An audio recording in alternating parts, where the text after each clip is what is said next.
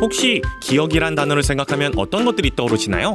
아마도 경험이나 추억 또는 무언가를 배우면서 습득한 지식에 대한 내용 등이지 않을까 싶은데요. 하지만 생각보다 사람들은 시간이 지나면 당장 어제 먹었던 점심 메뉴도 금방 잊어버리곤 하죠. 하지만 기록은 기억을 지배한다는 어느 광고의 문구처럼 순간의 기억에 대한 기록을 남겼다면 일주일 전, 아니 한 달 전, 그 이상까지도 잊지 않고 오래 기억할 수 있어요. 그렇다면 기록이 주는 힘은 얼마나 클까요?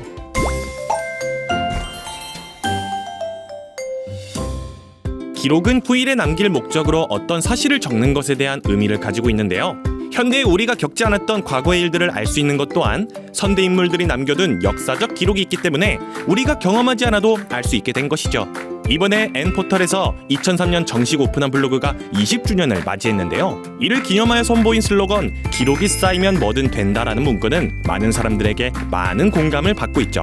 블로그 오픈 이래 3,300만 개의 블로그와 28억 건의 글이 작성이 되었다는데, 이와 같이 SNS가 일상이 된 현재까지도 다양한 형태로 순간을 남기고 기록하는 것이 당연해졌어요. 어렸을 적 누구나 한 번쯤은 써본 일기 기억하시나요? 보통 초등학생 때 숙제로 일기를 써서 제출했었던 것 같은데 아마 쓰기 싫었던 친구들이 많았을 거예요. 그렇지만 시간이 지나고 나서 다시 본 일기는 내가 잊고 있었던 것들을 생각나게 해주는데요. 우리는 매일 맞이하는 일상뿐 아니라 특별한 경험이라 하더라도 시간이 흐르면 다시 그 기억을 떠올려내기 어려워요. 그렇기 때문에 이러한 기록이 차곡차곡 누적이 된다면 미래를 설계하는 데 큰 도움이 된다는 거죠. 다시금 아날로그 붐이 일어나면서 다이어리에 일상을 기록하는 MZ세대들이 많아졌는데요. 친구들과 함께 만나서 하루를 즐겁게 보내고 같이 카페에 앉아서 다꾸를 하기도 하는데 자신만의 스타일로 다이어리를 꾸미고 기록하며 공유하는 것을 즐기고 있어요. 점차 시간이 지나면서 기록의 형태도 다양해지고 있는데요. 영상이 익숙한 요즘 시대에 맞춰 요즘 세대들은 자신이 겪게 되는 크고 작은 경험들을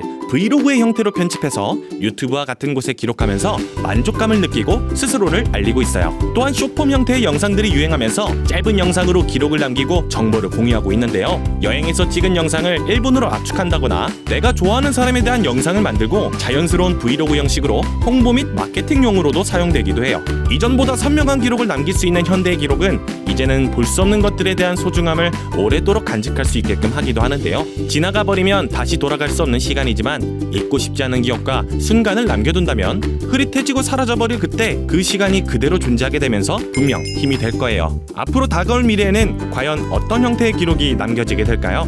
영화 속에 나오는 홀로그램처럼 실물 같은 모습으로 선명한 기록을 남길 수도 있지 않을까요? 그렇다면 여러분이 가장 소중하게 생각하고 오래도록 남기고 싶은 기록은 어떤 기억인가요?